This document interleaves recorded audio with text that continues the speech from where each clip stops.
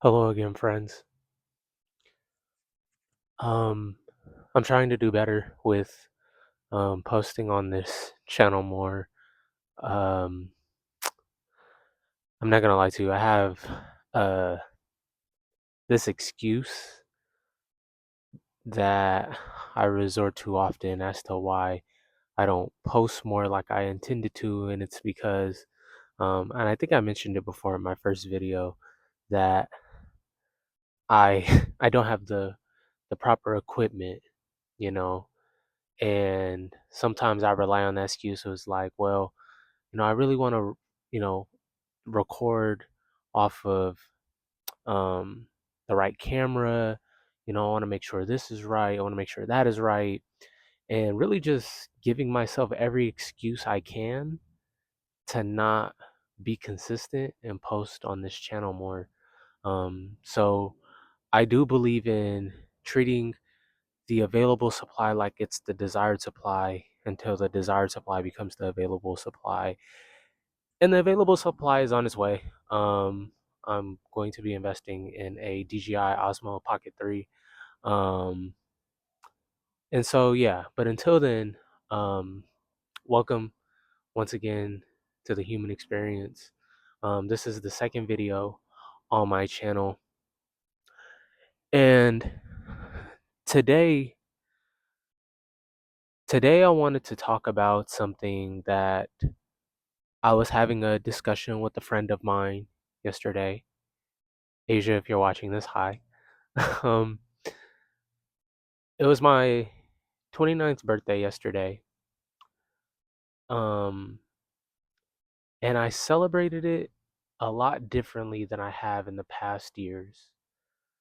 Um, More so not with what I was doing or where I went, but internally, my 29th birthday felt the best it's ever felt on any of my birthdays since probably 21 years old.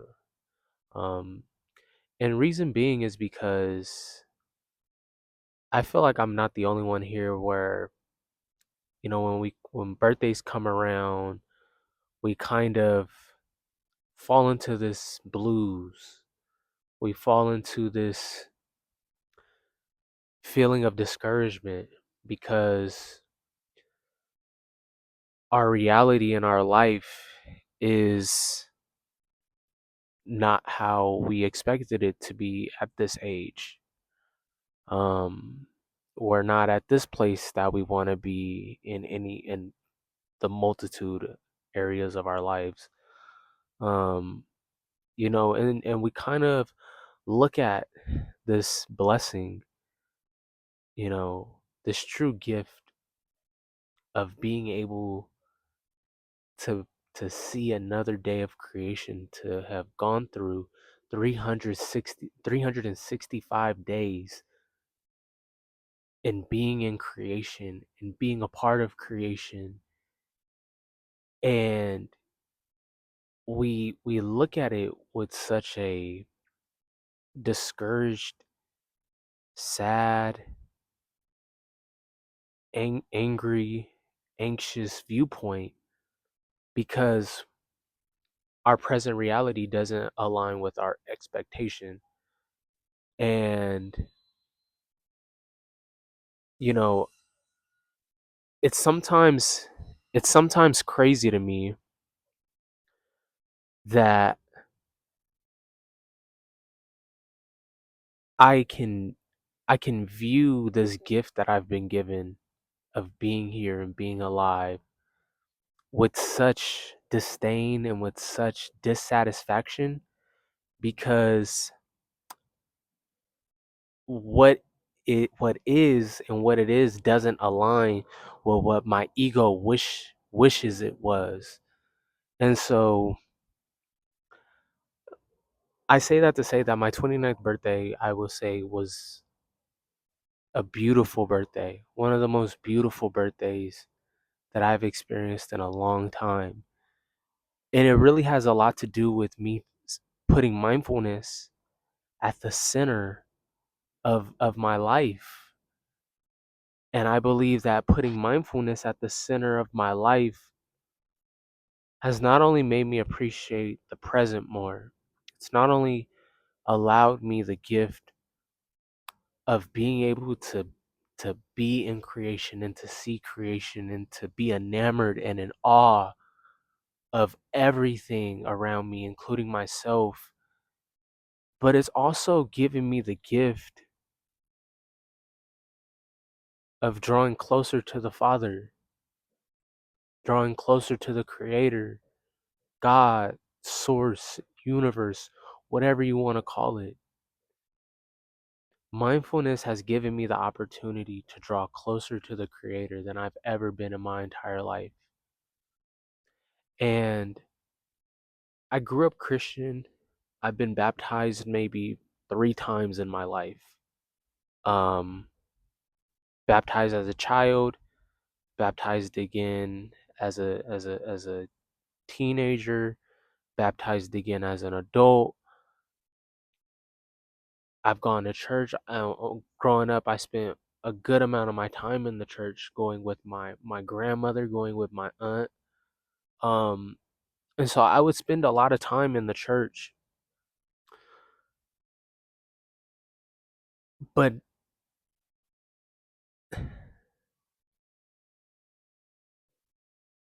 But knowing what I know now has not only allowed me knowing what I know now has not only allowed me to read scripture and see underneath the surface of what it is, what it's talking about and what it's teaching me, but it's also giving me the ability to really have a one-on-one and close relationship with the Father. Um, and one of the things that I really wanted to talk about on this channel, and one of the things that I wanted to talk about in this video, has to do with something that's very personal to me. It's something that I've kept up I've kept in private probably for majority of my life. It's something that, you know, I get anxious and I get nervous to talk about this, and I get, you know, I feel like I get smaller when I bring this up. Um, but one of the things that I wanted to talk about was overcoming lust and overcoming cravings to different substances and stimulants. Um, and my journey of overcoming that, I feel like, you know, as all men, we really underestimate how detrimental the spirit of lust is on us, and how it pulls us further and further and further and further and further away from the men that we're meant to be. It pulls us away from the promise that the Creator has for each of us. And my journey with lust, um, it can be traced back to, you know, m- my childhood, you know, and being exposed to adult content at a really, really, really young age. And you know, when I sit back and I meditate and I contemplate on this lustful mind that I've inherited, and where did it come from, and why has it been around for so long, and all of it can be dwindled down to an experience that I had when I was a child of being exposed to adult content back when, your parents probably had um uh it's not cable TV. It's the one where there's so many channels. I forgot the name of it. I'm so old, but I forgot the name of it. But it goes to like 1,000 something channels, and um, the more and more you get deeper into the channels, you start coming across, stuff that you shouldn't see as a child. And I've vividly remember just clicking through it, stopping, and watching this, you know, content. And I didn't really know how much of an impact that had on me, and then growing up and, you know, going from little boy to a teenager and going to middle school and high school and, just realizing and your self-worth gets molded around um, you know, how attractive you are, how popular you are, or how many girls have crushes on you and how many girls like you and have you lost your virginity yet, and just things that a child really shouldn't, you know, be focused on and have their self-worth be determined on. And so, you know, me being somebody who wasn't as attractive growing up and wasn't didn't have the attention from girls like that, like my other friends or cousins or people that I knew, my self-worth suffered a lot from that, you know. My self-worth and my values suffered from not getting that attention when I was a child, from these people who I never would probably ever see again. Um, Apologies if you hear the construction going on. They're doing roofing on the house next door to my dad's.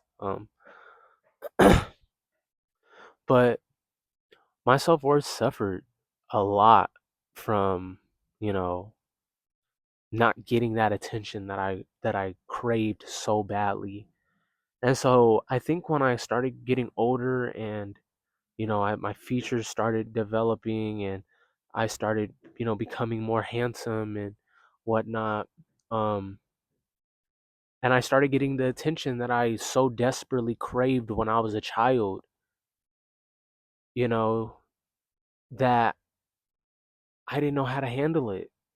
And I think it also has to do with a lot as a society, how you know as men, it's you're held in high regard. It's a status symbol when you have these different women that you can talk to and that you have access to, and that you've probably had sex with, and it's a status symbol.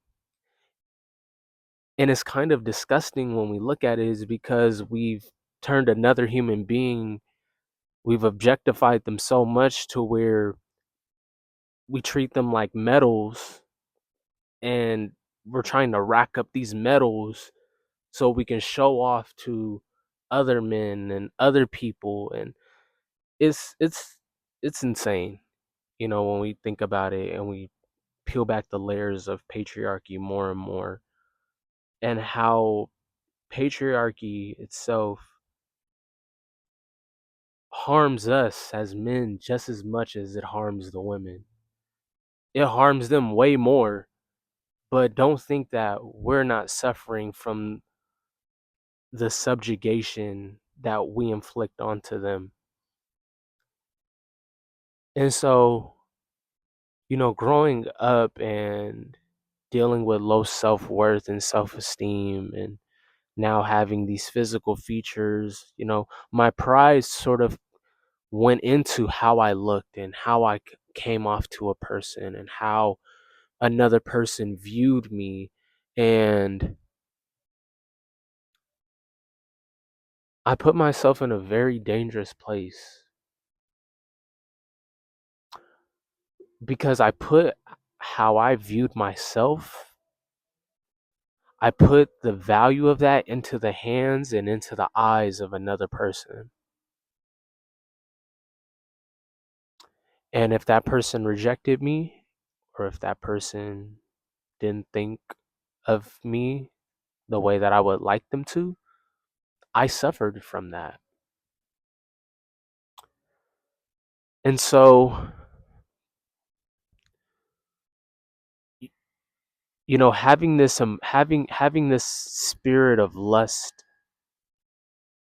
consuming my life, and it leading into, you know, me seeking these fleeting moments and short-term instant dopamine hits, and, you know, seeking out different relationships with different women to make me feel good about myself.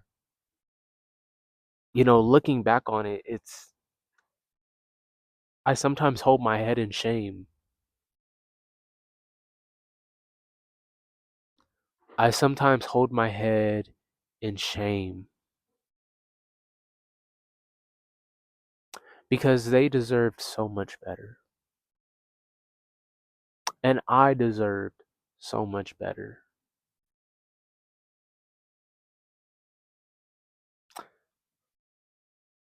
And sometimes, I look back on it now and I brought up my Christian upbringing. Um, I don't see myself I don't identify as a Christian anymore. I still respect the teachings, and I still go to the teachings for encouragement and wisdom, but I don't identify as a Christian. Um, I kind of believe in mystic Christianity and Zen Christianity, integrating Eastern principles with Christian teachings has been helping me a lot. But um, I um I look at the story of David, and I look at David's story. If you don't know, King David is one of the key figures in the Bible. Um, Everybody knows the David and Goliath story. But King David, for those who didn't know, committed a lot of egregious sins in his time as king. Um, and one of the sins that he committed was committing adultery with Bathsheba.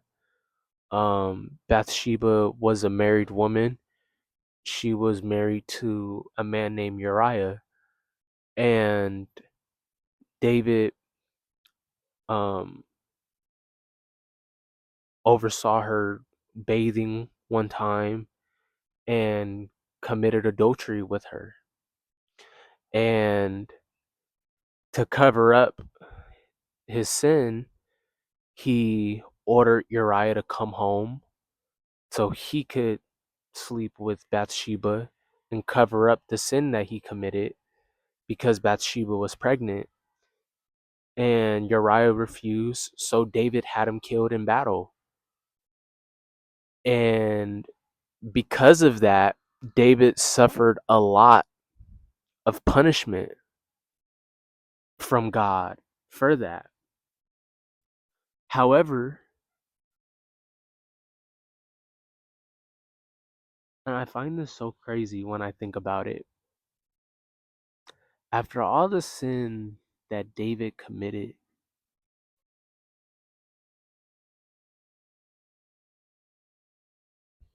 he was still looked favorably. He was still looked favorably upon God. God still looked upon him as his beloved because David was a man that was after God's own heart. That's how he was described in the Bible.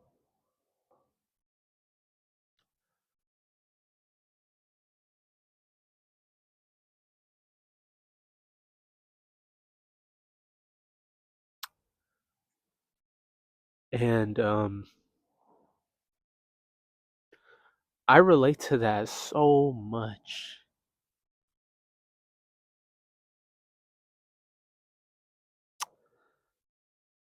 I relate to that so much. After all the temptation that David fell to,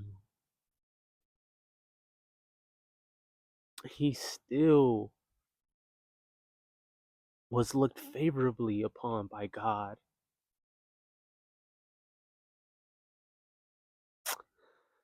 And I wrote in my morning pages today. I wrote in my morning pages today how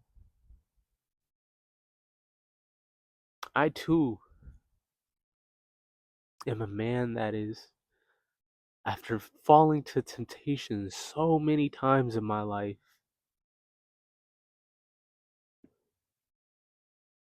I too am a man that is after God's heart. And I wrote how, after everything that I've done, the times where I fell to temptation, acted out of my integrity and morale, I wrote that, I hope I'm not too late.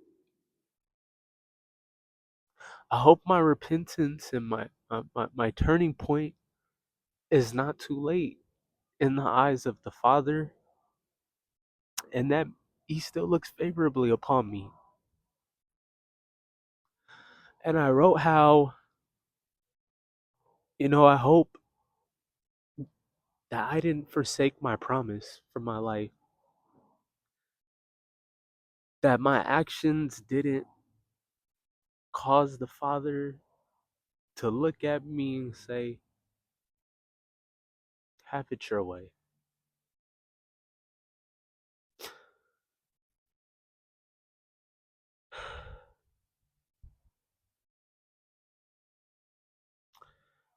And the more and more I read about, the characteristics of God, the more that I understand that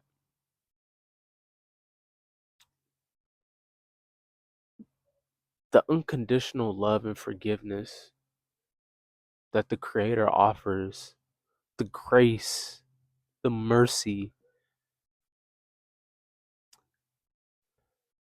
there's nothing I can do that can take that love and that forgiveness and that mercy away from me. And I I had an interesting interaction yesterday. I was sitting in a cafe with my friend Asia, and she had left um because her laptop was acting up, and it was just me there. And as I'm sitting there, sorry, my leg is falling asleep. And so as I'm sitting there,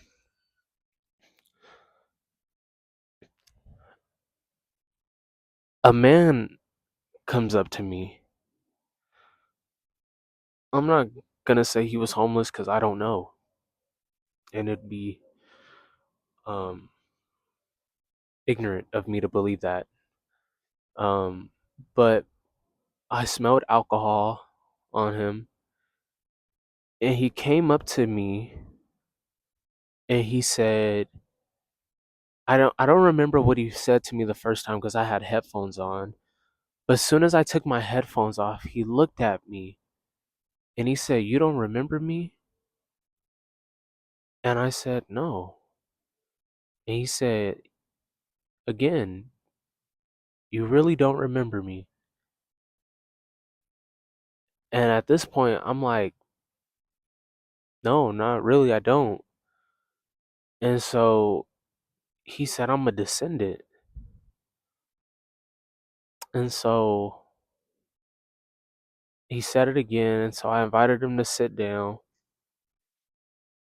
And he was just talking to me, tears in his eyes. You could really see the pain and the trials that was weighing on his heart, on his face. And so I invited him. Sit down. His name was TJ. I introduced myself to him. He introduced himself to me. And he was talking about a lot of different things, but one of the things that stuck out to me the most was he was talking about him falling to temptation with alcohol. And he was talking about how he's fallen so many times to alcohol, and he's fallen for this temptation so many times. Him and his wife, both. And he talks about how he refuses to let his wife fall for alcohol and fall to the temptation of consuming alcohol anymore. But he himself can't seem to stop. But he loves his wife so much to where he refuses to allow her to consume any alcohol around him or even accept alcohol from somebody else. And so as he's talking, I have a jug of water next to me. And he talks about how he doesn't want vodka anymore. He doesn't want vodka anymore. He doesn't want this vice or this temptation anymore. He wants that water. He points at my water jug. He says, "I want water." And so as he's talking, he said we have a good conversation. We share some laughs. We both give each other wisdom and encouragement. And he tells me, "I'm about to go down the street to the church and ask the people to give me change so I can get some water." And immediately I take my jug and I just give it to him. "Take it, please." And he's like, "Well, what are you going to drink?" And I'm like, "Don't worry about that. Have that water." And so he drinks it and he talks about his wife and what she's going to be cooking: salmon, potatoes. And he's drinking this water and he tells me, "I'm going to save the rest of that for her so she can have this water as well."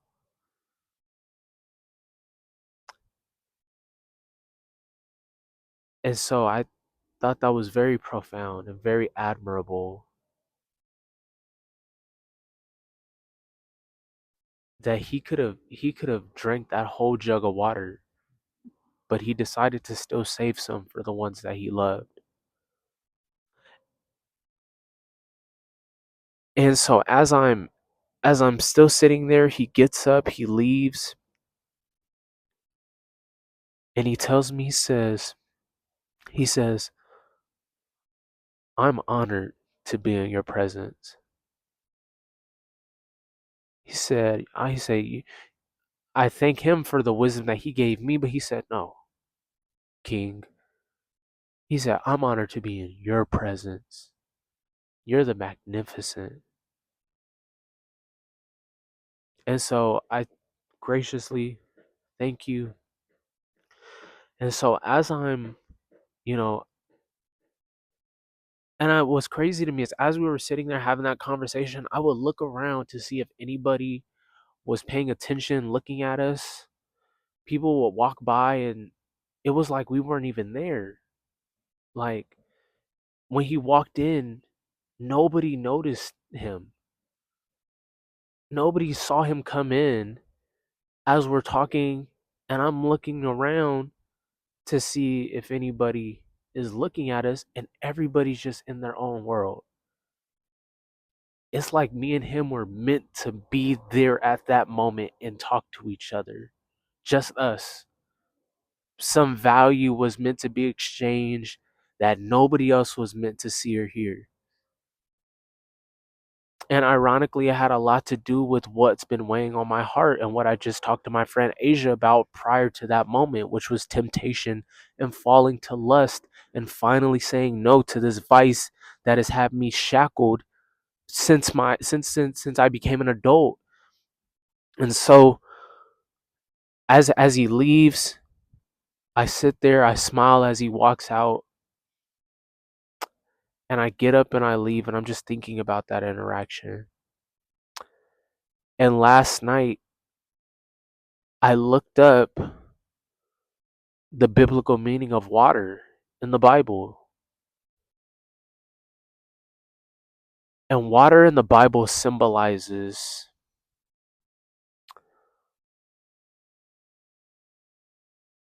replenishment and purification. Replenishment and purification. In the Old Testament, water symbolized judgment because God used a flood